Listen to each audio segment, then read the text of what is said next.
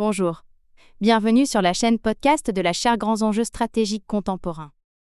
Cet épisode est un extrait de la conférence prononcée par M. Louis Gauthier, directeur de la chaire Grands enjeux stratégiques contemporains, Université de Paris 1 Panthéon-Sorbonne, et Élie Tenenbaum, directeur du Centre des études de sécurité de l'Institut français des relations internationales, IFRI. La conférence s'intitule « Ukraine, défense européenne et OTAN, dissuasion élargie ».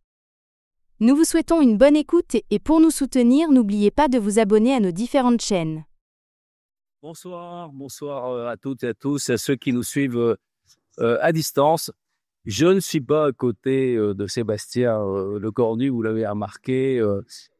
Il avait aujourd'hui la visite, vous savez, d'État du roi et de la reine du Danemark et par ailleurs des échanges à avoir avec le ministre danois de la Défense dans le cadre d'un partenariat stratégique que la France souhaite négocier avec ce pays, son collègue Lund Poulsen. Donc, vous l'excuserez. Du coup, je suis à côté du très brillant Élie Tenenbaum, qui a le même âge d'ailleurs que Sébastien Lecornu. Vous savez, c'est comme à l'opéra, quoi, quand le directeur du théâtre est chargé d'annoncer un changement de casting.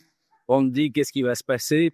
Vous verrez, plus que haut la main, l'intervention d'Élie sera intéressante. Et après, vous pourrez dire, j'y étais. On va faire un peu différemment parce que c'est notre séance conclusive. Donc, on a décidé, Élie et moi, d'avoir une sorte de débat, de conférence débat en 3 temps. Je vous ai expliqué ces 3 temps et puis d'avoir un large échange avec la salle. Étant donné, d'ailleurs, Élie, que toi, tu dois prendre un train, je crois, vers un peu avant 20h. Donc, tu devrais nous quitter vers 19h45. C'est ça, voilà. Exactement. Donc, Élie, vous le connaissez, il est membre du comité de pilotage de la chaire. Il dirige aujourd'hui le département sécurité de l'IFRI. C'est le centre d'études. Centre d'études de sécurité de l'IFRI. Il est l'auteur d'un ouvrage avec Marc Ecker, La guerre de 20 ans, djihadisme et terrorisme, et qui lui a été couronné par le prix géopolitique, je crois que c'est en 2021. Avant, il avait écrit un autre ouvrage marquant, Partisans et centurions, histoire des guerres irrégulières au XXIe siècle. Et moi, j'avais été heureux qu'il écrive aussi dans cet ouvrage collectif Guerre sans frontières, un des chapitres de cet ouvrage qui est consacré aux guerres du XXe et du XXIe siècle. Alors, les 3 temps vont être les suivants. Il nous a semblé que c'était intéressant que cette conférence soit centrée autour de 3 débats qui sont à la fois d'actualité et qui sont des débats de fond.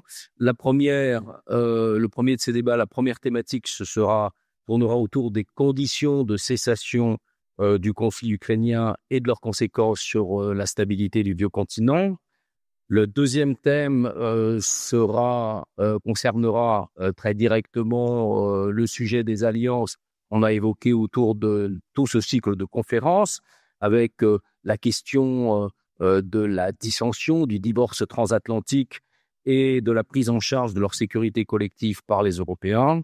Et le troisième, c'est la question de la politique de défense de la France et plus particulièrement le renouveau de notre politique de dissuasion nucléaire au regard du durcissement de la menace et d'un élargissement possible de la couverture de cette dissuasion à l'Europe. Alors, on s'est déjà réparti un peu les temps de parole, donc je vais poursuivre et commencer, et je passerai ensuite le micro à Élie. C'est vrai qu'on l'a dit à plusieurs reprises au cours de ce cycle, la guerre d'Ukraine, du début à la fin, a été un game changer, a été pour la sécurité européenne un point qui est historiquement absolument marquant. D'abord, au début, parce que c'était le retour de la guerre sur le continent européen. Ensuite, parce que je l'ai indiqué, les conditions ou les modalités de la cessation de ce conflit va durablement peser sur la sécurité européenne. Et puis, parce que, à l'occasion de ce conflit, une fracture qui était constatée, mais qui n'était que potentielle, s'est définitivement élargie entre la plupart des Européens et la Russie, nous replongeant dans une division du continent en deux. Enfin, même si on l'a dit là aussi à plusieurs reprises, ce conflit pour partie anachronique, des combats tranchés, des bombardements de villes, est aussi un conflit très moderne qui a interrogé les technologies, les équipements militaires et en particulier la problématique de la chaîne d'approvisionnement des armées européennes et de leurs équipements conventionnels pour faire face à des conflits futurs plus intenses, de plus forte intensité.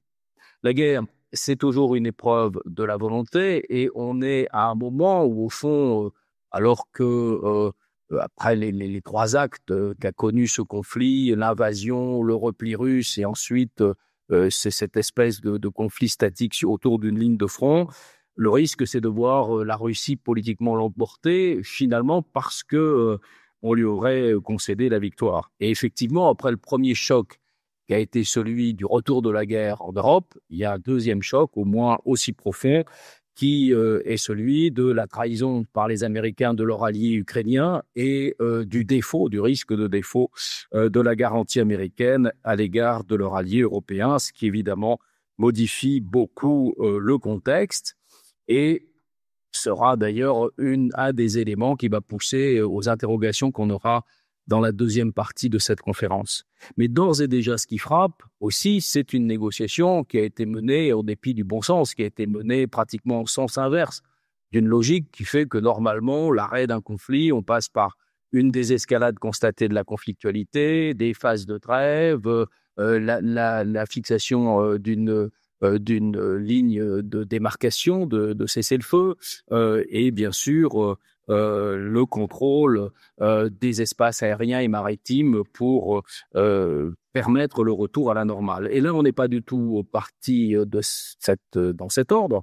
On est parti dans un ordre tout à fait différent où les Américains ont semblé, dès le départ, sur trois enjeux centraux, l'enjeu territorial, l'enjeu du statut futur de l'Ukraine et même le régime politique à Kiev, donner immédiatement des concessions à Moscou sur l'annexion des oblasts occupés, sur la non-protection, la non-intégration même future de l'Ukraine dans l'OTAN et sur l'affaiblissement auquel ils ont contribué par des scènes que je ne reprendrai pas dans le bureau Oval, à l'affaiblissement politique de Zelensky, même si finalement cette scène s'est retournée à la faveur de Zelensky.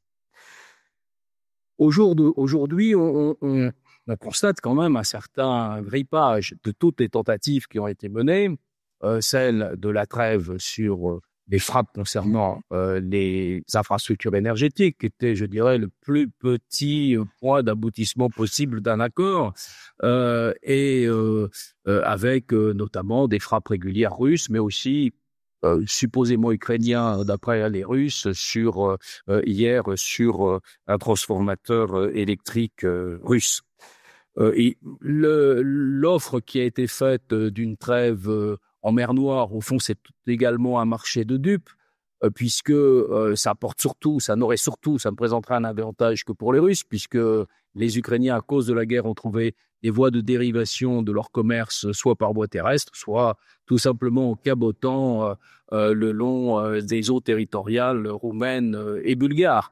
Et pose la question, dès lors que l'arrêt de la conflictualité n'est pas établi, de la liberté, de l'accès à la mer Noire par les détroits, que pour l'instant, la Turquie a accepté de bloquer, empêchant la marine russe de retourner dans la mer Noire tous les bâtiments qui n'y étaient pas présents. Et vous savez d'ailleurs que beaucoup de ces bâtiments qui étaient présents ont été détruits dans les premières phases de l'offensive et qu'aujourd'hui, la marine russe est très à distance dans la partie orientale de la mer Noire.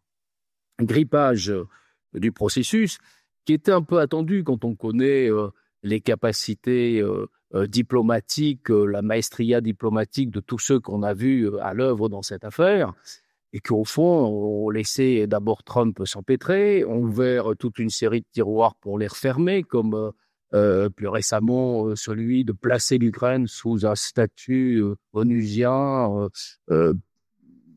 pour lequel il ne donnait pas d'explication particulière.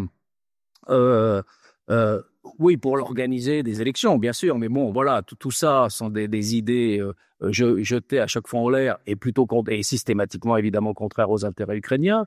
Et puis, ils ont séquencé très intelligemment les négociations, tantôt à top niveau, tantôt à des niveaux techniques, et permettant comme ça de jouer la montre, de retarder et de continuer un grignotage sur le terrain qui, évidemment, met à l'épreuve les forces ukrainiennes avec une interrogation sur leur capacité à durer.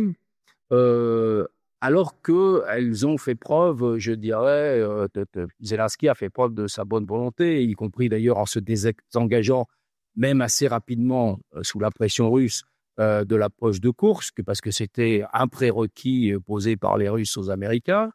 Euh, et donc, on met dans une passe particulièrement difficile. Est-ce que, comme certains le disent, qui n'a pas été obtenu en 24 heures, comme le prétendait M. Trump, pourrait l'être en 100 jours? C'est-à-dire, on voit d'ailleurs, il y a eu une visite du président finlandais à Washington qui disait que ce serait bien parce que c'est Pâques. On avait vu exactement les mêmes choses, je vois, Alain Richard, au moment de la guerre du Kosovo. On ne sait pas pourquoi Pâques la guerre du Kosovo devait s'arrêter à Pâques. Alors là, la guerre de l'Ukraine doit s'arrêter à Pâques. Mais enfin, tout ça n'est pas forcément très, très réaliste dès lors que tout reste suspendu à, je dirais, 3 blocs de considération. Fixer une ligne de démarcation, comment sécuriser les espaces aériens et maritimes, comment déployer une force d'observation qui serait simplement là pour attester que l'accord est respecté. Le deuxième bloc, c'est le statut de sécurité de l'Ukraine et les modalités d'une réassurance possible par les Européens. Et le troisième bloc, eh bien, il est en réalité pour partie lié à la négociation des Ukrainiens avec Washington. Ce sont les concessions, ce sont les dédommagements, c'est les discussions sur les minerais et les terres rares. Mais pour les Européens, tout ça veut dire aussi un partage du fardeau très déséquilibré dans la reconstruction, et y compris d'ailleurs pour les Ukrainiens. Ça privait d'une partie de ressources leur permettant de reconstruire leur pays. Et puis, c'est par-dessus tout ça la problématique de la levée des sanctions. Si, je dirais, il n'y a pas d'avancée dans ces trois voies, c'est vrai que je vois un risque, pas simplement celui de l'impatience de Donald Trump, qui l'a manifesté, mais qui a tout de suite été rejoint par Poutine, qui a dit, comme toujours, cette habileté, bon, calme le jeu, je suis prêt de nouveau à discuter, à ouvrir des portes, etc. Mais c'est le risque qu'on a déjà perçu au départ d'une tentative d'accord imposé et qui impliquerait évidemment que Zelensky soit dans une situation empêchée ou que, ce qui est aussi une autre possibilité, dans la montée ou dans les surenchères, qu'ayant ce pistolet sur la nuque, il refuse lui-même de signer un accord qui ne soit pas possible. Et donc, on trouve quelqu'un, comme c'est arrivé parfois dans l'histoire, qui signerait cet accord, mais évidemment, sans légitimité politique, sans le soutien de son opinion publique et de la population. Et là, ce serait vraiment un accord qui... Alors, j'ai souligné toutes les difficultés pour parvenir à quelque chose d'un tant soit peu sûr, garanti, consolidé. Là, on serait évidemment, en plus de ça, dans un accord qui ne serait pas accepté par la partie de la plupart de l'opinion ukrainienne et qui serait un peu de force politique sur ce régime. À toi, Elie. Yeah. Et oui, cette invitation de dernière minute, je note que l'année dernière, j'avais fait la première conférence de l'année parce que le CEMA était en retard et donc je devais chauffer la salle. Donc là, je fais la dernière. Je pense que l'année prochaine, je pourrais intervenir quelque part entre les deux. Mais merci en tout cas pour cette invitation et pour cet exercice auquel je me plie avec plaisir. Ou ça, je vous laisserai en décider, mais en tout cas avec plaisir, avec intérêt, pour échanger sur des questions effectivement majeures et on voit sous nos yeux évoluer l'environnement stratégique de la France, de l'Europe, malheureusement de façon extrêmement dégradée en l'espace de quelques années. Et quand on regarde par le rétroviseur et qu'on voit les travaux de la revue stratégique de 2017, et je parle pas des exercices comme ceux du livre blanc de 2013, voire de 2008, on constate l'ampleur de la manière dont les périls se sont rapprochés, dont des questions qu'on considérait comme encore lointaines sont effectivement aujourd'hui s'imposent au débat sur la réflexion stratégique nationale et évidemment européenne. Donc sur l'Ukraine, je vais pas reprendre tout ce que tu as dit, c'était extrêmement clair et juste. 3 points en complément. La dynamique militaire tout d'abord, ensuite le changement de pied américain et la dynamique des négociations, et enfin cette question européenne des garanties de sécurité qui nous occupe et qui occupe une bonne partie de la diplomatie européenne, et notamment à Paris et à Londres ces dernières semaines. Vous avez tous pu suivre ce ballet diplomatique. Sur la dynamique militaire, parce que c'est quand même le point de départ du rapport de force avec lequel chaque belligérant entre aujourd'hui dans la scène diplomatique, on a, ça a été souvent dit, une supériorité matérielle russe qui n'est pas de même nature que ce qu'elle était il y a 1 an, c'est-à-dire que dans le domaine de l'artillerie, de la puissance de feu, par exemple, les choses se sont en fait compensées. En revanche, sur le plan des effectifs, du personnel déployé, on a effectivement une supériorité qui ne cesse de croître du fait des difficultés ukrainiennes en termes de mobilisation et de la capacité russe qui n'est pas infini, à offrir des bonus considérables à des engagés volontaires qu'ils consomment sans modération. On parle de vagues humaines, mais encore, voilà, j'étais en Ukraine l'été dernier et puis j'ai encore eu des échanges avec des Ukrainiens qui revenaient du front très récemment.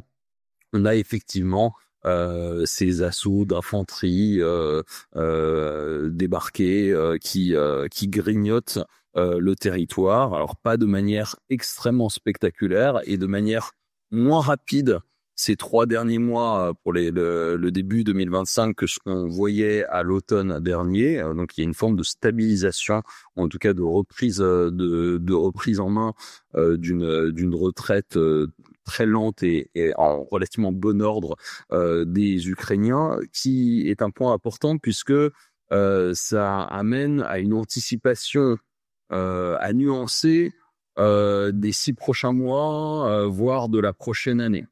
Effectivement, tu l'as dit, les Russes considèrent avoir le temps moyen pour eux du fait de cette supériorité matérielle. Il n'est pas dit que ils sachent en tirer pleinement profit pour changer fondamentalement le rapport de force sur le théâtre, et on voit poindre de fait un certain nombre de difficultés malgré tout de l'appareil militaire ou industriel russe. D'abord, ils arrivent malgré tout au terme des stocks de la guerre froide, et on le voit déjà du fait que ils ont très largement dû démonter leurs offensives. On voit pratiquement plus d'assaut mécanisé sur le théâtre, hein. Comme je te disais, c'est de l'infanterie à pied. Alors ils ont réinvesti, ils ont lancé en même temps une industrie de guerre qu'ils ont dans laquelle voilà, ils ont considérablement investi il y a 2 ans et demi, qui commence à donner ses fruits. Donc il y a des nouvelles usines et de nouveaux matériels qui vont arriver, mais dans des quantités quand même bien moindres que ce qu'on avait sur les 2 années ou les 3 années précédentes. Et donc on va avoir malgré tout un rapport de force un petit peu modifié à l'horizon de l'été, je pense, avec des dynamiques dont il ne faut pas présumer de la supériorité des uns et des autres. Après, il y a une fatigue ukrainienne qui est évidente, une fatigue démographique, une fatigue morale qu'on comprend, et qui évidemment joue dans l'intérêt que les Ukrainiens eux-mêmes ont à un moment à une stabilisation du front, voire un gel relatif des hostilités, mais encore une fois, ils ne sont pas aujourd'hui dans un niveau de précarité tel qu'ils soient forcés d'accepter n'importe quel règlement immédiat. Et je pense que c'est quelque chose qu'on doit tous avoir en tête au moment où effectivement il y a un certain nombre de choses qui sont mises sur la table. Ce qui nous emmène directement à la question des négociations. Tu l'as dit, les Ukrainiens ont d'ores et déjà fait des concessions considérables sur leur niveau d'exigence qui était le leur il y a moins d'un an. Je prends comme étalon le plan pour la victoire que Volodymyr Zelensky avait présenté à Biden à la fin du mois d'août 2024, qui, comme son nom l'indique, était encore un plan pour la victoire et donc la reconquête des territoires et une capacité ukrainienne à imposer un certain nombre de choses.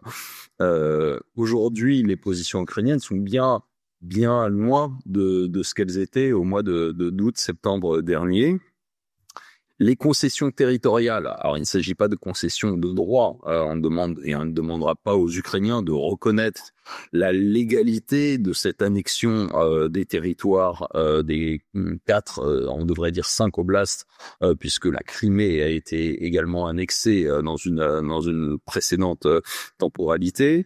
On ne demande pas de le reconnaître, d'autant plus que les territoires annexés sont plus larges que les territoires effectivement occupés militairement. Je rappelle que l'essentiel de l'oblast de Lugansk, mais qu'une petite majorité de l'oblast de Donetsk et une petite minorité de l'oblast de Zaporizhia et de Kherson sont actuellement occupés au sud et à l'est de la ligne de front, et donc c'est pas tous les territoires annexés qui sont effectivement occupés par la Russie. Mais on leur demande, eux semblent prêts aujourd'hui à reporter sine die la perspective d'une reconquête de ces territoires, et c'est une concession considérable puisque encore une fois, dans la perspective ukrainienne, et quand vous y allez, il est très clair que ces territoires sont considérés comme des territoires sur lesquels, et c'est le cas, des crimes de guerre sont commis régulièrement par l'occupation russe. Et donc, vous avez la question de la déportation des enfants, vous avez un certain nombre de choses qui fait que renoncer à recouvrer la souveraineté effective sur ces territoires, c'est une véritable concession. C'est pas juste une forme de réalisme ou de pragmatisme comme certains le disent. Ils ont aussi très largement revu à la baisse les ambitions en termes de poursuites criminelles, pénales, internationales, ce qui constituait évidemment un irritant. Là aussi, c'est une concession importante. En face, du côté russe, en revanche, on n'a pas du tout eu de révision à la baisse du niveau d'ambition.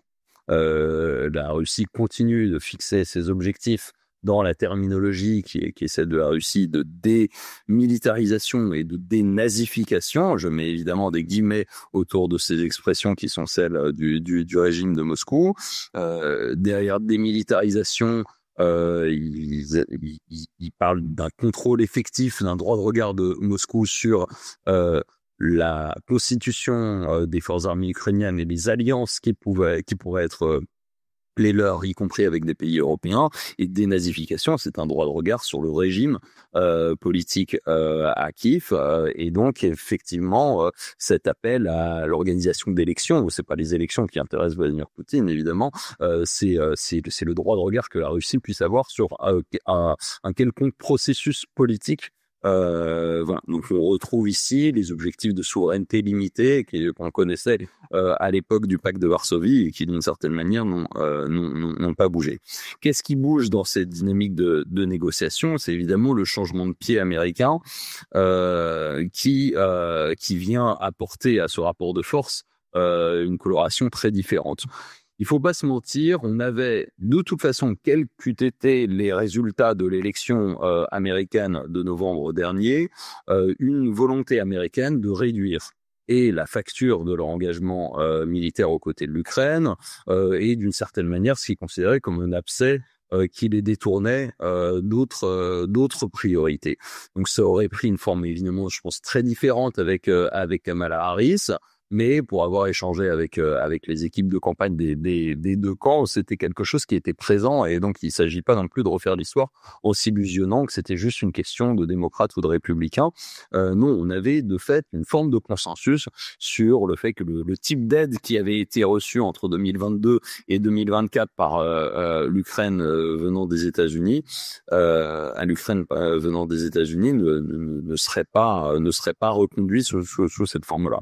Évidemment, avec l'administration Trump, ça prend une forme d'autant plus massive et brutale qu'elle s'accompagne non seulement d'une menace sur le niveau d'engagement, mais d'une appropriation par la Maison-Blanche d'une large partie du récit russe sur les causes et d'une certaine manière la trajectoire du conflit lui-même, voire plus largement, ça sera le sujet de notre point plus tard, de l'ordre de sécurité en Europe, voire dans le monde, avec la validation implicite de l'idée de sphère d'influence qui doit évidemment nous alerter tout particulièrement. Et ce n'est pas que la sécurité de l'Ukraine qui est en jeu ici, mais bien un ordre de sécurité. Je parle pas d'architecture parce que le terme est connoté historiquement maintenant grâce à l'ancien président Medvedev, mais bien un ordre de sécurité en Europe.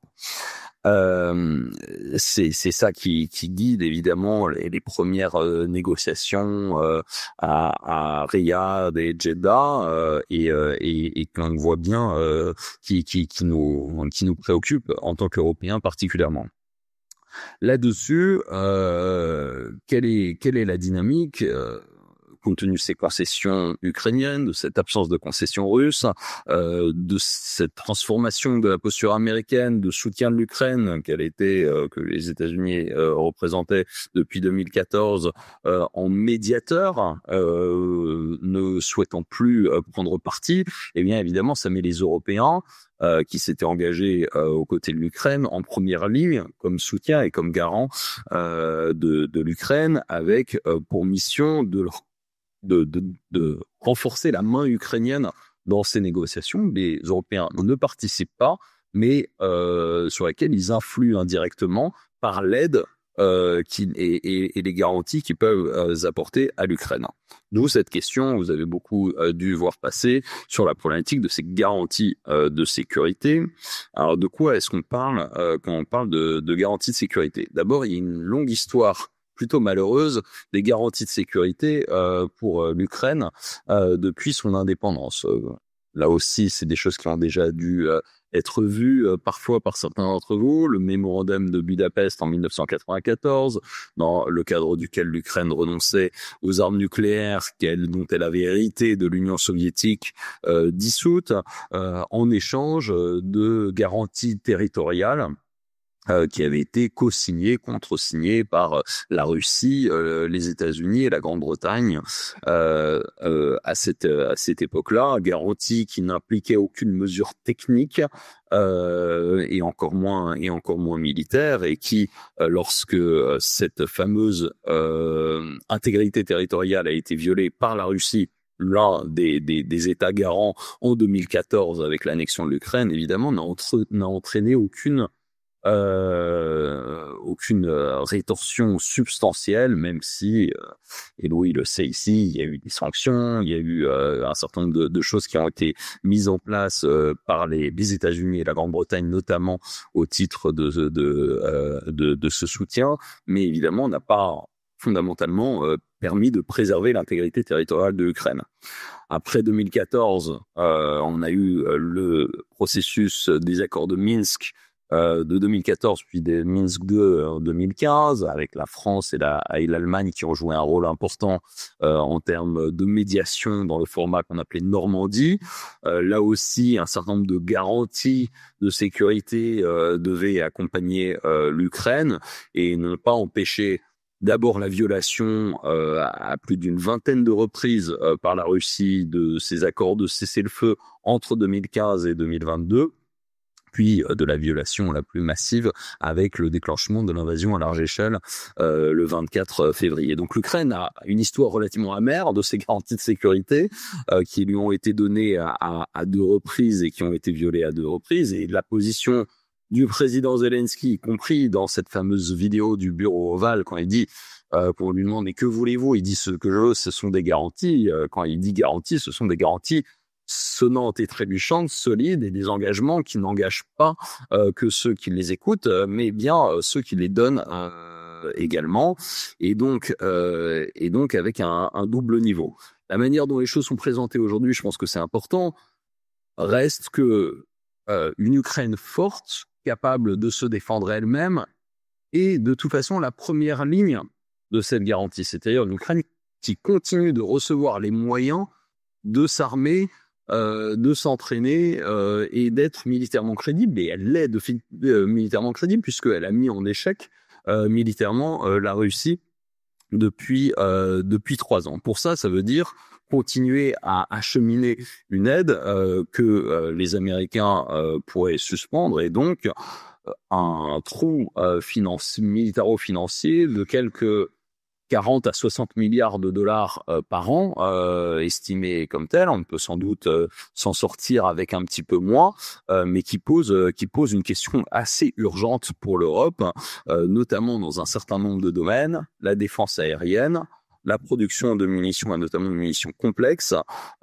et enfin un certain nombre de chaînons logistiques, et j'ajouterais peut-être de soutien spatial, notamment en termes de communication, quand on voit le rôle qu'a pris un instrument comme Starlink dans l'efficacité de la défense ukrainienne. Soit dit en passant, le contrat Starlink pour l'Ukraine est payé par le gouvernement polonais, et c'est donc un contrat de droit privé qui n'implique pas les États-Unis, ce qui pose des questions de droit intéressantes dans le cas d'une éventuelle rupture, ce qui a donné lieu d'ailleurs à un échange assez musclé entre le ministre Sikorski et Elon Musk sur les réseaux sociaux il y a quelques semaines. Ça, c'est la première ligne, c'est l'aide, le maintien d'une aide.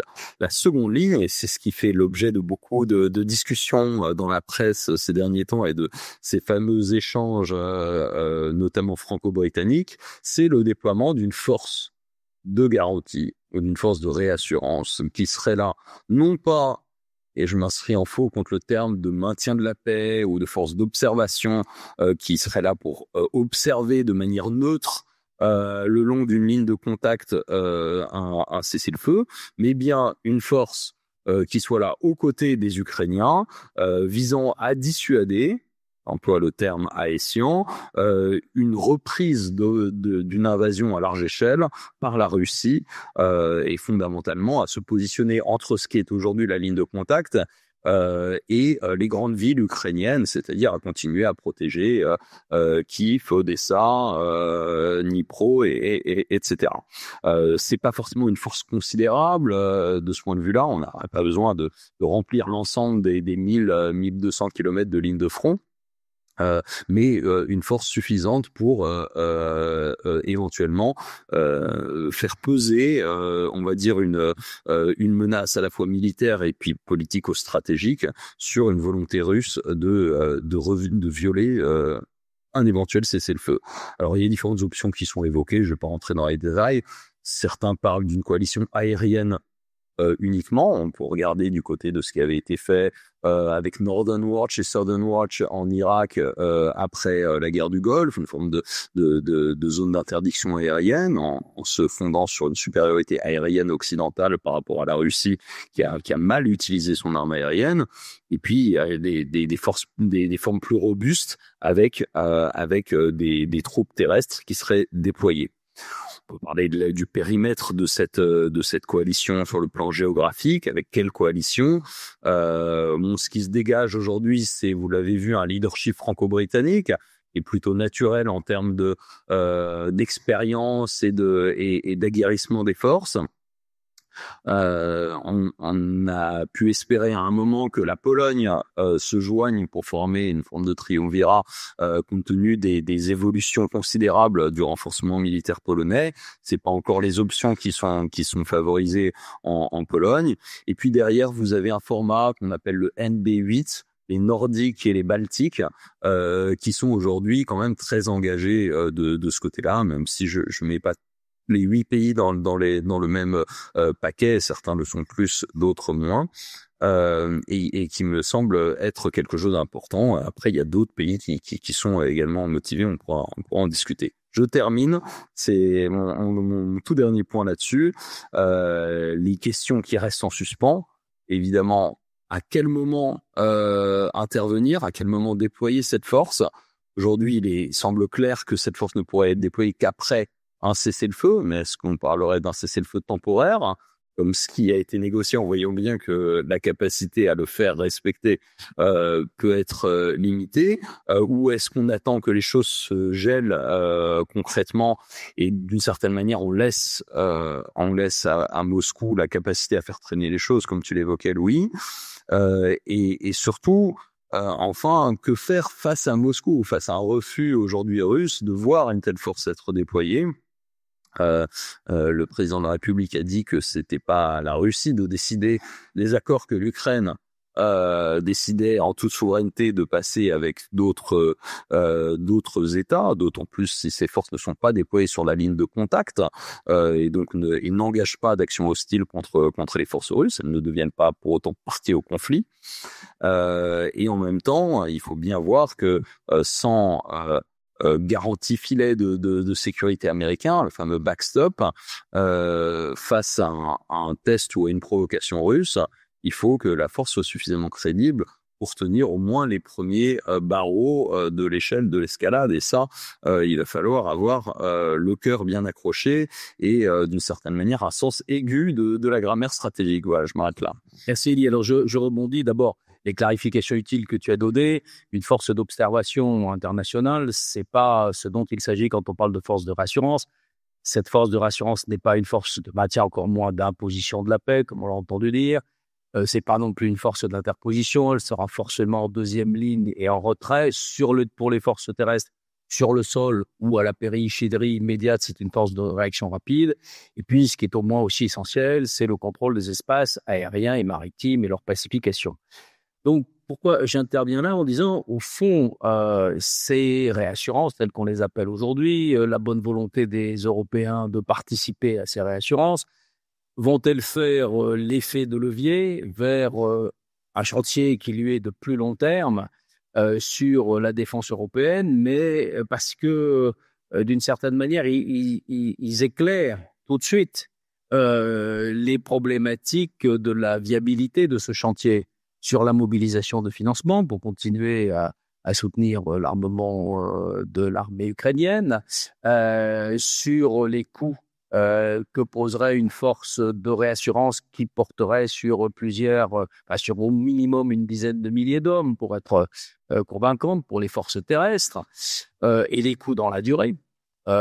Qui sont importants, parce qu'une force comme celle-là et tous les moyens de commandement aérien et maritime supposent à la fois du soutien logistique et des procédures et un cadre de commandement qui n'est pas évident à trouver, qu'on trouvait naturellement pour une opération comme le Kosovo à travers l'OTAN, mais oui, et donc on voit bien que on arrive à un moment où, indépendamment de la manière dont le conflit s'arrêtera, immédiatement, il est clair, le chantier de l'Europe de la défense, dont on a vu que il était très approprié au plan politique, avec énormément de déclarations, mais après tout, ce sont les réalisations concrètes qui vont peser immédiatement.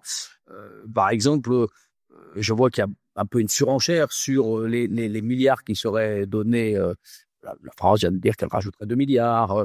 Les Danois, puisqu'on parlait d'eux, 4 milliards de plus dans leur fonds de 8 milliards. Mais évidemment, si la guerre s'arrête, et puis, outre l'argent, ce qui compte, c'est essentiellement la capacité à livrer ou à continuer à livrer du matériel. Donc, ça éclaire toute une série des difficultés qu'a rencontrées à l'occasion de ce conflit, et maintenant, dans la phase finale de ce conflit, la défense européenne. Et je te laisse la parole pour commencer à évoquer ce sujet.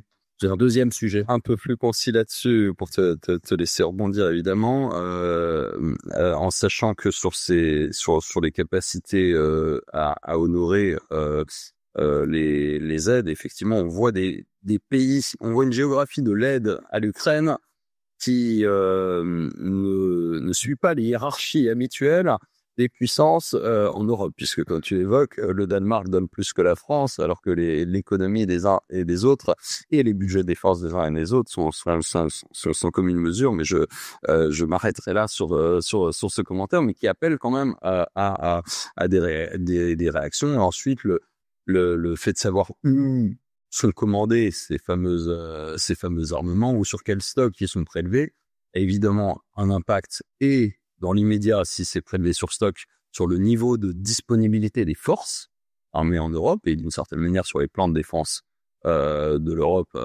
et de l'OTAN. Et puis, dans le cas des commandes, sur le paysage industriel qui se dessine de ce point de vue-là. Sur le périmétrage financier de tout ça, le coût du déploiement d'une force et le coût de l'aide, ça se calcule. On est effectivement sur des sommes de plusieurs milliards, plusieurs dizaines de milliards par an pour la partie d'aide à l'Ukraine, entre déploiement des forces et soutien financier, qui se rajoute évidemment à un effort de réarmement de l'Europe pour elle-même et par elle-même. Et ça, c'est la problématique plus large, dont l'Ukraine est finalement la pointe, le fer de lance, mais qui est plus large, puisque la semaine du 14 février dernier, qui a été mise en lumière par le discours du vice-président américain J.D. Vance à la conférence de sécurité de Munich, et qui avait été amorcé par un discours non moins important du secrétaire à la défense Pete Hegseth à Bruxelles, dans le cadre d'une réunion du groupe de contact justement pour l'Ukraine, mais qui éclairait beaucoup plus largement, est venu conforter, ou plutôt confirmer, la crainte de beaucoup d'Européens sur la manière dont les États-Unis approchaient la question de la défense de l'Europe à court et moyen terme. Ça l'avait été dit, on le retrouvait dans les documents de campagne, il y avait des éléments qui sortaient de ci, de là. Il y avait évidemment le premier mandat Trump qui annonçait beaucoup de choses. Malgré tout, je dois dire que la plupart des Européens se raccrochaient à un espoir que finalement l'Amérique se maintiendrait dans une forme peut-être dégradée, peut-être amoindrie de sa contribution à la défense de l'Europe qu'elle exerce depuis 1945. Et évidemment, c'est pas du tout ça qui en est sorti, puisque si je cite Pete Hegseth, il souhaite désormais voir les Européens prendre la responsabilité de la défense conventionnelle du continent. Je cite de mémoire son discours de février à Bruxelles. Alors, qu'est-ce que ça constitue, sachant que aujourd'hui, et ce depuis la fin de la guerre froide au moins, les plans de défense de l'OTAN, qui sont les plans de défense de l'Europe, puisque l'Union européenne n'a pas d'organisme de planification en matière de défense collective. Je pense que c'est important de le rappeler dans ce cadre-là, et le traité sur le fonctionnement de l'Union européenne le précise. Le cadre de la défense collective se fait dans l'OTAN. L'Union européenne a une politique de défense qui peut être industrielle, qui peut être sur des opérations de gestion de crise, etc. Mais la défense collective du continent, elle se fait d'abord dans le cadre de l'Alliance, et ces plans, il suppose, peu ou prou, je ne vais pas rentrer dans les détails, une contribution américaine à hauteur de 50% des capacités. Donc, si demain vous tombez à zéro, eh bien vous avez un trou qu'il faut combler, et dans quel délai, c'est un petit peu la question. Vous avez 3 scénarios aujourd'hui qui sont sur la table. Un scénario qui était considéré comme très pessimiste il y a encore quelques mois, mais qui est aujourd'hui peut-être le plus optimiste, celui que Camille Grand était venu présenter ici même d'une certaine manière dans le cadre de son rapport qu'il a dirigé pour le Belfer Center, qui est celui d'un retrait progressif en bon ordre et négocié et partiel des Américains. L'idée est de dire d'ici 2030, vous passez de 50% d'engagement à quelque chose du style de 30 à 20%. Les Européens ont une feuille de route. On négocie entre adultes sur ce que vous retirez, ce que vous pouvez laisser, ce sur quoi on peut continuer à compter. Et ça nous donne la facture d'une certaine manière de ce qu'il faut remplacer. Et on va s'organiser entre Européens pour rester crédible. Ça, c'est aujourd'hui finalement le scénario optimiste où chacun s'entend. Et c'est ce à quoi pourraient travailler, et je pense travaillent les chancelleries européennes diverses et variées pour le sommet de l'OTAN qui est annoncé à La Haye au mois de juin prochain, et qui pourrait finalement annoncer ce calendrier. Ça, c'est évidemment sans compter la volonté américaine aujourd'hui du courant MAGA de surjouer le drame de la rupture. On l'a vu à Munich, volonté pour parler à un certain électorat de mettre en scène finalement une humiliation des Européens, pour pouvoir dire regardez, on leur a tordu le bras, ils sont partis en pleurant et finalement on a obtenu ce qu'on voulait, et donc une forme de qui pourrait emmener à quelque chose d'à peu près similaire, mais mise en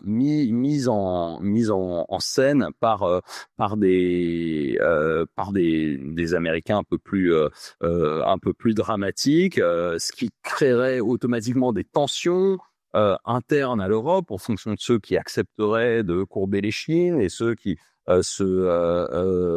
rebifferaient un petit peu, et puis une volonté américaine de dissocier entre les bons alliés et les mauvais alliés, quelque chose qu'on a vu avec cette séquence, encore une fois, de mi-février. Immédiatement après son discours à Bruxelles, au lieu d'aller à Munich comme les autres, Access est allé à Varsovie pour dire beaucoup de bien, tout le bien qu'il pensait du réarmement polonais. Et donc, en jouant d'une certaine manière, voilà, certains alliés les uns contre les autres, en sapant l'idée même de cette cohésion stratégique dont on a plus besoin aujourd'hui que jamais, puisque la contribution américaine va être revue à la baisse. Donc ça, c'est la deuxième option, hein, qui est beaucoup moins favorable, avec une forme de pagaille européenne en prime, et une volonté américaine de dramatiser, d'humilier, etc. La troisième option, la plus négative, hein, c'est celle où on a non seulement un retrait massif et brutal, mais une forme de retournement d'alliance avec, pour un certain nombre de points, des États-Unis qui finalement adoptent le narratif russe sur ces fameuses sphères d'influence, reconnaissent finalement une forme de légitimité aux demandes russes de décembre 2021, dans laquelle, pour mémoire, la Russie exigeait un retour au statut hanté de 1997, c'est-à-dire avant l'élargissement de l'OTAN aux anciens pays du pacte de Varsovie, ce qui inclut la Pologne, la République tchèque et la Hongrie, hein, pour l'élargissement de 97. Et avec une action beaucoup plus offensive encore d'ingérence américaine dans la politique européenne. Donc on a commencé à voir en soutien à un certain nombre de partis populistes ou ultra souverainistes qui viendraient finalement créer une zizanie dont peut-être l'idée même d'Union européenne, et c'est plus l'OTAN ici, avec la cohésion dont dépend la zone euro et notre quotidien socio-économique, hein, pourrait être sapé. Alors je suis pas là pour vous faire peur, hein, mais c'est évidemment ces questions. Face à tout ça, et c'est mon dernier point, on assiste malgré tout à une réaction notamment de l'Union européenne et des Européens plus largement. Il ne vous aura pas échappé l'annonce d'un plan intitulé initialement Rearm Europe, qui, à la demande italienne, a été rebaptisé Readiness 2030, donc pour la préparation 2030 de l'Europe face à un certain nombre de défis. On voit bien qu'on est passé sur des objectifs à 5 ans. 2030, c'est 5 ans. avec un livre blanc sur la défense qui a été présenté par le commissaire Kubilius, premier commissaire à la défense de l'histoire de l'Union européenne. Hein. La Commission, historiquement, restait quand même assez éloignée de ces questions-là, avec un certain nombre d'instruments qui sont mis en avant. On peut discuter de leur pertinence au niveau des enjeux. Je vais pas les détailler ici. On a un mécanisme d'emprunt sous garantie pour les États qui s'appelle SAFE. On a un mécanisme de mise à distance de la clause des 3% du pacte de stabilité et de croissance dans le cadre des dépenses de défense, une forme d'autorisation de découvert pour les États à s'endetter pour la défense, et puis un certain nombre d'incitatifs qui existaient déjà mais qui sont renforcés à acheter en commun, à faire du développement en commun, avec une forme de préférence européenne qui fait beaucoup de débats entre Européens sur qu'est-ce qu'on appelle un matériel européen. On pourra entrer dans le détail, et évidemment une industrie de défense européenne qui a vocation à croître derrière tout ça, dans une temporalité dont on sent bien qu'elle est malgré tout un peu décalée par rapport à l'urgence des échéances qui sont les nôtres. Voilà, je m'arrête là. Je reprends là. Effectivement, on peut penser que la séquence qu'on va vivre, en tout cas jusqu'à l'été, va impliquer des clarifications politiques. Tu l'as évoqué, le sommet de l'OTAN, les documents en cours et un peu reportés pour la France, la stratégie nationale, le livre blanc européen. Des clarifications opérationnelles ou sur le terrain, en fonction des garanties données ou non et de l'accord sur l'Ukraine. Et puis, il y a évidemment ce que tu évoquais à l'instant, le long terme, comment on construit dans la durée et comment il faut être prêt à s'adapter aux 3 scénarios que tu évoques. Le premier point, parce que c'est celui qui fait le plus l'objet d'annonces et par lequel tu as terminé, c'est la question des financements. Et là, on a quand même un peu l'impression que cette fois, la forêt cache le maigre mat de cocagne avec quelques jambons, parce que dans la réalité, on a annoncé 800 milliards, in fine, c'est 150 milliards de disponibilité possible, encore pour ceux qui pourront y émarger. Et donc, on verra ce qui compte en matière de financement de la défense, au-delà des annonces, des pourcentages de PIB qui ne signifient pas forcément grand-chose, c'est la dépense effective, c'est l'allocation de ressources aux industriels et les commandes d'armement. Donc, si on prend les choses de ce point de vue, je ne mésestime pas, c'est quand même très utile, c'est quand même un sursaut, c'est quand même, y compris notamment pour la France à travers les 2 dernières lois de programmation et les annonces actuelles, quelque chose de tout à fait important, d'historique. Mais c'est ce que tu disais, il va falloir partir des annonces pour atterrir. Le fait d'alléger les contraintes du pacte de stabilité n'allège pas pour la France, par exemple, pour d'autres, la problématique du déficit budgétaire et du choix des dépenses et celui de l'endettement. C'est les marchés qui réagiront à l'endettement de la France, même si c'est un taux d'intérêt bonifié parce que le prêt est entre guillemets européanisé. Très légèrement, oui. Sur 0,1%. Donc, on verra bien la réalité, mais c'est vrai qu'on est, en tout cas pour les financements, sur des annonces qui constituent un tournant historique, y compris pour la France, une volonté d'être au niveau. Le deuxième peut-être conséquence sur ces financements, c'est que ça va sans doute modifier la hiérarchie des puissances militaires en Europe. Parce que c'est pas pareil pour l'Allemagne qui peut mobiliser parce que elle a de bonnes finances publiques de l'argent que pour la France. C'est pas pareil pour le Royaume-Uni que je sais pas pour la Pologne ou pour d'autres. Et il y a aussi un risque d'abord de pays qui ne suivent même pas le train comme l'Espagne, l'Italie et donc qui posent quand même un véritable problème. Donc ça c'est à mon avis, le premier défi et qui va se décanter forcément. Le deuxième, il est complètement corrélé, c'est ce que tu as évoqué en creux dès le début en disant il y a 50% de moyens américains qui assurent la couche de la supériorité stratégique et la cohérence opérationnelle. Et si on veut remplacer ça, si on veut pour partie récupérer ces créneaux et cette capacité, il faudrait une programmation militaire européenne ou au moins une convergence d'exercices de programmation. Alors aujourd'hui, on voit bien qu'il y a des priorités qui sont affirmées dans les documents européens, les drones, la lutte anti-drone, les missiles, etc. Mais c'est très vague, ça fait pas une programmation, des choix de programme, des commandes d'armement. Et donc ça, c'est vraiment une question structurante. Le troisième défi, là aussi, la question de l'Ukraine va faire effet de levier, je l'évoquais un peu, c'est la structure. Quel est le cadre? Et quel est le cadre de commandement? On a beaucoup investi, nous aussi, quand même, Européens, même si les Américains nous ont toujours reproché de mal partager le fardeau dans l'OTAN.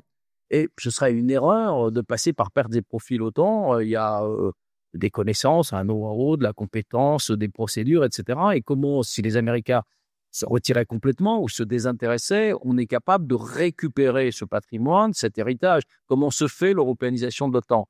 Elle se fait par un simple rééquilibrage, la notion de pilier, ou est-ce qu'on va plus loin? Mais là, c'est compliqué parce qu'on se retrouve aussi avec des pays, je pense la Turquie, etc., qui compliqueront le process. Le dernier point, c'est la BITD. On ne va pas on va évoquer cela, ça c'est évidemment extrêmement important. C'est la question de la préférence européenne, c'est la question de qui va être éligible au programme européen. Et on voit bien que dans la phase actuelle, on va être obligé d'avoir des cadres relativement souples. Je voyais qu'était évoqué, pourquoi pas, la possibilité d'avoir des coopérations avec des Canadiens en les autorisant à rentrer ou à participer à des appels d'offres pour des lignes de programme communs. Pourquoi pas. De toutes les façons, la problématique britannique fait qu'il est urgent d'avoir un accord de sécurité entre l'Union européenne et les Britanniques. Les divisions au sein de l'Union européenne font que, on l'a déjà vu sur les déclarations, on est obligé de laisser les Hongrois à la porte, donc que feront les autres? Donc il va falloir, c'est une tarte à la crème, je vois Nicole qui connaît ça depuis la nuit de l'Europe, que cette idée de géométrie variable, mais finalement, on l'a expérimenté à plein d'occasions dans le passé, quand on a créé l'OCAR, quand on a créé des cadres de coopération ad hoc. Si on veut être à ces rendez-vous que nous nous fixons nous-mêmes ou que l'histoire nous fixe, il va sans doute falloir être très adaptatif.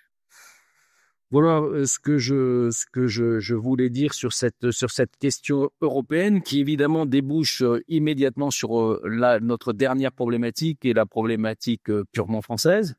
Je te laisse la parole et puis je reviendrai moi sur les questions peut-être de plus de dissuasion nucléaire. Absolument.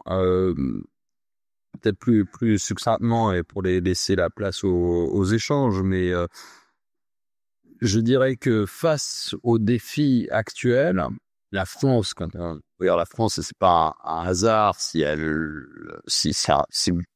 tant d'Européens aujourd'hui se tournent vers la France pour lui demander quel est son plan, c'est que la France évidemment a tenu depuis des années. Évidemment, la figure du général de Gaulle ne peut pas ne pas être évoquée. Un discours qui la rendait intellectuellement équipée pour entendre, reconnaître la situation dramatique dans laquelle nous sommes aujourd'hui. Et les Français sont sans doute les seuls en Europe, je marque mes mots, y compris en incluant des pays qui pendant longtemps ont été neutres et normalement s'étaient préparés à ne pas dépendre d'autres alliés, mais malgré tout, quand on regardait la Suède et la Finlande, en fait, le niveau d'intégration avec les États-Unis, au dépit de leur intégration très tardive à l'OTAN, était très élevé. Leur niveau de dépendance était très élevé. Ça ne veut pas dire que la dépendance française était faible, mais intellectuellement, je pense que les Français sont les seuls en Europe à ne pas voir leur monde complètement s'effondrer, même si c'est une chose de le penser et de le mettre à conclusion d'ouverture de certaines dissertations, et c'est une autre de le vivre effectivement. Pour autant, et c'est là où je pense qu'il y a loin de la coupe aux lèvres, on n'est pas du tout militairement, capacitairement, industriellement équipé pour ça, et donc on a pendant longtemps tenu un certain discours en disant ça pourrait arriver, certes, c'est peut-être aujourd'hui en train d'arriver, mais on n'en a pas pour autant tiré les conclusions qui allaient avec. Peut-être les seuls au sein de l'OTAN qui l'ont fait, à part les États-Unis évidemment, c'est les Turcs qui eux ont aujourd'hui un appareil qui est peut-être et un système de défense qui est moins dépendant. Mais les Européens au sens strict du terme et France inclus ne sont de fait pas militairement prêts pour affronter cette potentielle fracture transatlantique, encore une fois, qui peut prendre tout un tas de formes dans la mise en œuvre. Qu'est-ce que on a fait en France pendant ce temps-là et depuis quelques années de loi de programmation militaire dite de réparation, et de réparation plus que de véritable remontée en puissance. On a fait trois choses. Je pense que la dernière LPM votée à l'été 2023, donc quand même après, plus d'un an après le déclenchement de l'invasion russe à large échelle de l'Ukraine, on a fait trois choses. D'abord, on a consolidé le socle. Je pense que tu vas en dire un mot. Le cœur du socle et qui a été remis d'une certaine manière au centre du système, c'est bien sûr la dissuasion nucléaire. Une dissuasion nucléaire centrée sur la défense des intérêts vitaux de la France, intérêts qui ont une dimension européenne, mais qui ne sont pas fondamentalement périmétrés sur l'Europe. Ils ont une dimension européenne, mais ça reste des intérêts vitaux de la France et une dissuasion nucléaire capable d'opérer en toute indépendance, au moins à partir de la décision de l'ordre et de la mise en œuvre. Ça coûte évidemment une partie du croît de la LPM actuelle, avec le renouvellement des vecteurs ASN 4G, M51.4, des porteurs, la tranche 5 du Rafale, demain le futur avion système de combat aérien, et puis évidemment les SNLE de troisième génération. Mais fondamentalement, on renouvelle à 1 pour 1 les capacités qui sont les nôtres et les engagements en termes de non-prolifération et de maîtrise des armements de la France font que l'arsenal n'a pas pour l'instant vocation à évoluer, toujours à estimer à moins de 300 têtes. Il y a une autre partie du socle un peu plus élargie qui inclut notamment la question des Outre-mer sur laquelle il y a un refinancement des infrastructures de défense qui était bienvenu, mais voilà, qui là encore tient les choses. Le deuxième grand poste de défense du croît de la loi de programmation militaire, c'est ce qu'on a appelé la cohérence, la remise en cohérence. Et là, on s'est rendu compte à quel point les forces armées françaises avaient été creusées de l'intérieur par 30 années de dividendes de la paix, et on avait rogné sur les formats, évidemment. Et une fois qu'on avait fini de rogner sur les formats, qu'on ne voulait pas descendre en nombre de régiments, en nombre d'avions de combat ou de grands bâtiments de surface, on a renié de l'intérieur, ce qui était sans doute le plus insidieux, c'est-à-dire sur les munitions, sur la préparation opérationnelle, sur la maintenance, ce qui fait qu'on avait des forces qui étaient effectivement parfois un peu squelettiques. Ça a été dit par plusieurs chefs d'état-major des armées respectifs qu'on était à l'os dans cette stricte suffisance. Et donc aujourd'hui, on essaie de remettre un petit peu de muscle et de chair sur le squelette, donc un effort sur les munitions, un effort sur la maintenance, un effort sur les budgets liés à la préparation des forces. Voilà. Avec tout ça et ces presque centaines de milliards d'euros supplémentaires, vous avez le même format. Vous maintenez le même nombre d'avions, le même nombre de chars, le même nombre de soldats à quelques équivalents temps plein près. Et le troisième poste, c'était rester dans la course des technologies de rupture. Maintenir l'accès à l'espace et les dimensions spatiales, maintenir une certaine avance sur le cyber, se lancer dans la course à l'intelligence artificielle et aux technologies quantiques. Ça aussi, ça coûte quand même beaucoup d'argent, ne serait-ce que pour continuer à accéder à l'état de l'art technologique. Et ça aussi, ça, c'est des choses qui sont entrées dans la loi de programmation militaire. Je dis pas que c'est mal, je pense que tout ça est absolument nécessaire, mais ce qui est le cas, c'est qu'avec 113 milliards supplémentaires sur le cadre septennal de la LPM, vous remettez en cohérence un format qui reste le même et qui ne change pas fondamentalement votre gamme à un moment où l'environnement stratégique, du côté de l'alliance, et on l'a dit, du soutien américain, mais potentiellement du côté de la menace aussi, avec une Russie qui, elle, a redoublé d'efforts sur sa dépense militaire. Le budget de la défense russe, on donne souvent à tort le chiffre en valeur autour de 150 milliards d'euros par an, est en fait à parité de pouvoir d'achat de l'ordre de 400 milliards d'euros par an, c'est-à-dire à peu près la dépense collective des Européens dans le domaine de la défense. Je dis à parité de pouvoir d'achat parce que le char russe et le soldat russe ne coûtent pas le prix que nous payons un char français et un soldat français. Et je pense que quand vous regardez les capacités qui sont derrière, c'est absolument important. Donc voilà, c'est quelques points sur notre cadre national qui est, à mon avis, important à garder en tête à l'aune des objectifs et des défis dont on a discuté plus tôt. Alors, je reviendrai peut-être pour mettre un bémol au constat peut-être sévère pour la France. Je dirais, à chaque époque, on est amené à faire des choix et on a constaté, par exemple, à la fin de la guerre froide, on n'était pas très apte à faire de la projection extérieure. On l'a vu pendant la guerre du Golfe. On n'aurait pas perçu les dividendes de la paix qui étaient perçus par tout le monde, à commencer par les Américains. On aurait fait sans doute une erreur en gâchant de l'argent, en constituant des stocks inutiles pendant 30 ans. Donc, les choix ont été quand même des choix articulés. D'abord, ils ont été le choix que tu évoquais, de convertir une armée pour qu'elle puisse faire du maintien de la paix, des opérations extérieures, puisque c'était les priorités du moment, qui ont permis à la France d'être aussi bien en Kosovo qu'après dans la lutte contre le terrorisme, ici ou là.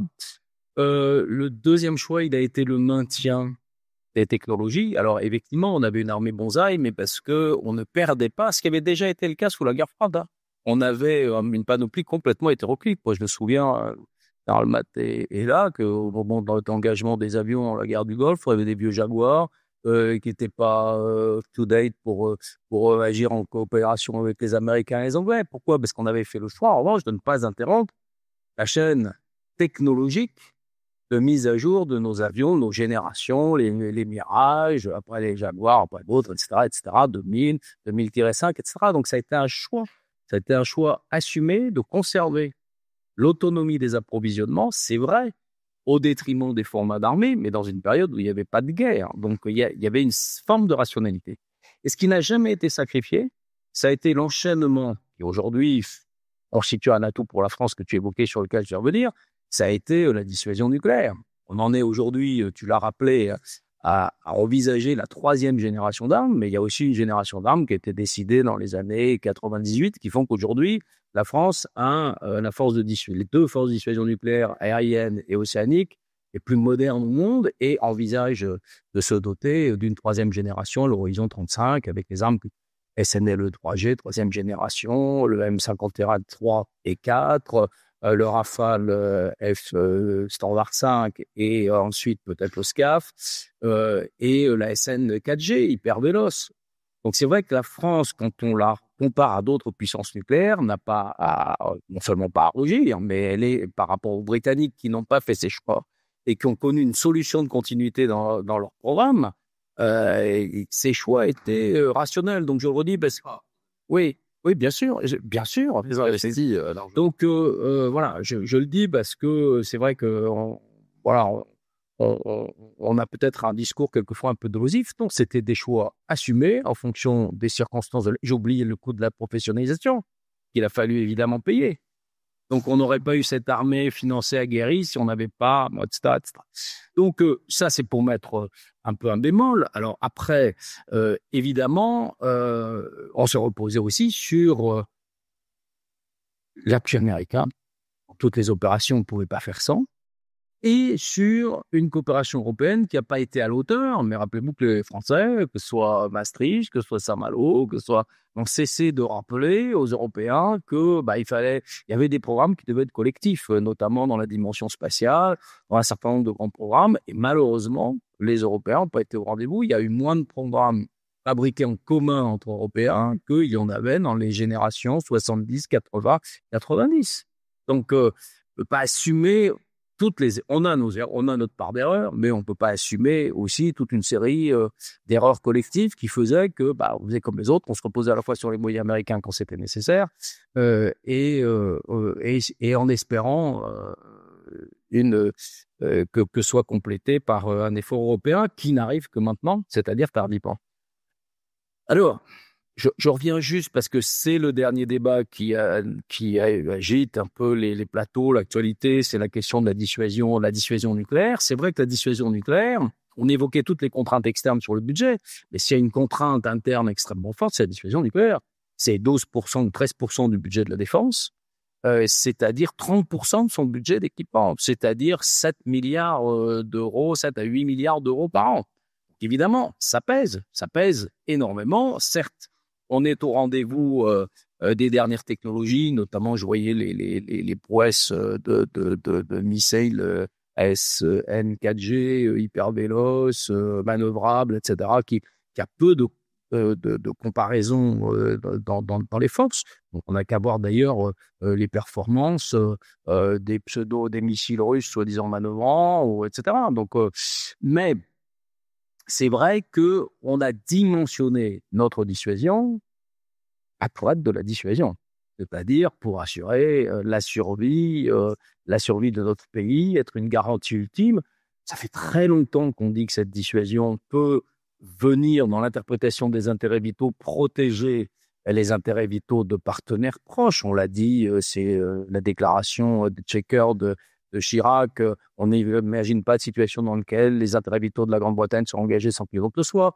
On pensait la même chose, même si les Allemands ne voulaient pas trop qu'on le dise en ce qui concerne l'Allemagne. Mais j'allais dire, c'était pas tout le monde, parce que quelque part, il faut une communauté, une intimité de destin. La dissuasion s'implique que si vous utilisez l'arme nucléaire, vous prenez un risque, y compris d'être visé vous-même.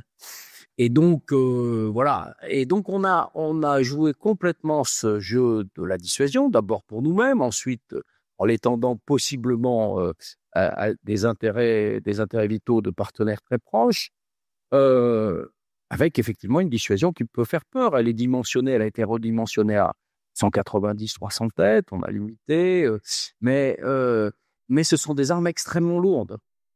Et même si dans la doctrine, on a plutôt dit qu'on allait, parce que justement la période était plutôt pacifique, viser des centres névralgiques, imaginez ce que c'est qu'un missile nucléaire embarqué qui comporte plusieurs têtes, chacune tête de 100 kilotonnes, c'est-à-dire 10 fois Hiroshima. Il y en a 5 pour un missile, il y a 16 missiles à bord. Donc c'est pour dire que la menace était telle qu'elle doit effectivement dissuader d'attaquer. Et puis, on avait cette force plus versatile des faces, mais quand même, on est sur des 300 KT. Là, il n'y a qu'une tête, avec Scheller, etc. Comment ? Il y a un spécialiste. Tu rediras là, si je vais. Et donc, c'est une dissuasion très forte et donc qui assume bien cette fonction. La question de l'extension de la dimension pose en réalité de la couverture à une dimension européenne de notre dissuasion pose en réalité, à mon avis, deux questions.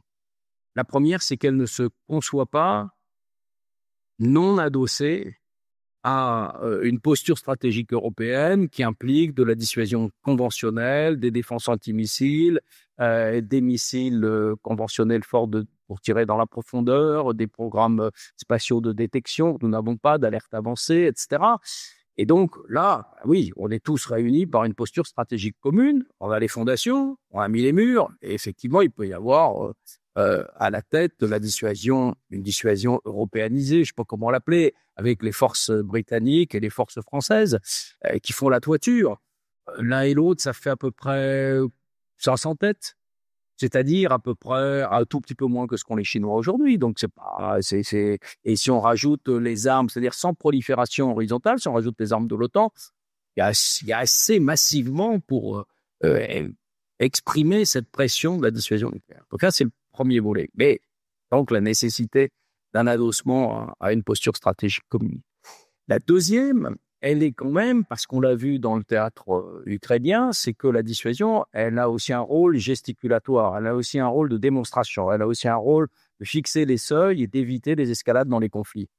Ce qu'ont fait les Russes, dans un code, dans une grammaire extrêmement précise, qui est aussi celle de la guerre froide, c'est-à-dire qu'à chaque moment qu'il y avait risqué un dérapage à leur détriment, ils évoquaient la dissuasion nucléaire. Ils ont tiré un missile nucléaire sur Dnipro en novembre dernier, et bien heureusement non chargé, mais pour dire qu'ils avaient les moyens, pour dire qu'ils avaient une catégorie de missiles que nous n'avons pas.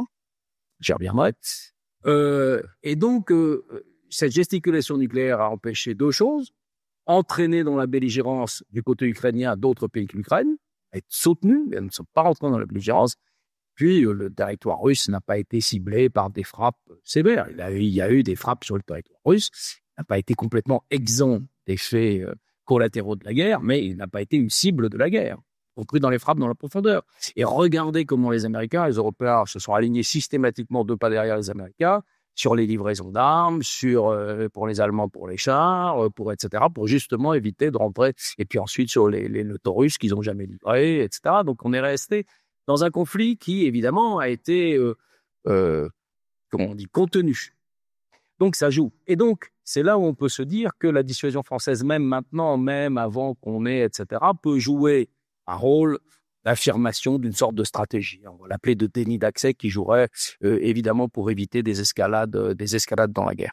Encore faut-il sans doute envisager des adaptations. C'est ce que je disais. Il y a quand même dans notre gamme de missiles, dans les familles de missiles, des adaptations qui peuvent rendre plus difficile que d'autres des scénarios, tels que celui purement démonstratif et purement symbolique du missile russe Orashnik tiré sur la ville de Dnipro. Donc voilà, un débat, je pense que les clarifications sont quand même venues. La dissuasion, voilà, la détention des armes nucléaires, leur fabrication, l'ordre de tir, ça se partage pas. En revanche, ce qui peut se partager, c'est la consolidation d'une posture stratégique commune dans laquelle les forces nucléaires françaises et britanniques joueraient leur partition, et puis le développement d'une stratégie de délit d'accès à partir de ces moyens. Et je crois que du coup, on est, y compris, c'est rare qu'on parle de dissuasion nucléaire dans le débat public, c'est très rare. Parce que d'abord, il y a un consensus qui perdure depuis que la gauche s'est ralliée dans les années, à la fin des années 80, à la pertinence de la dissuasion. Donc, comment? Oui, rapport Canapa, la commission Ernu, mais enfin bon, c'est l'élection de Mitterrand en 81 et la suite qui montre bien. Et donc, c'est un objet de consensus. Donc, toujours éviter, sur un sujet aussi important, donc les clarifications sont bienvenues, je dirais des tirages, des querelles qui viendraient au contraire briser ce consensus. Parce que la dissuasion, c'est toutes les formes de la crédibilité, y compris celle du soutien de l'opinion publique. Voilà, je crois qu'on est dans l'heure du questionnement. Et donc, les micros vont circuler.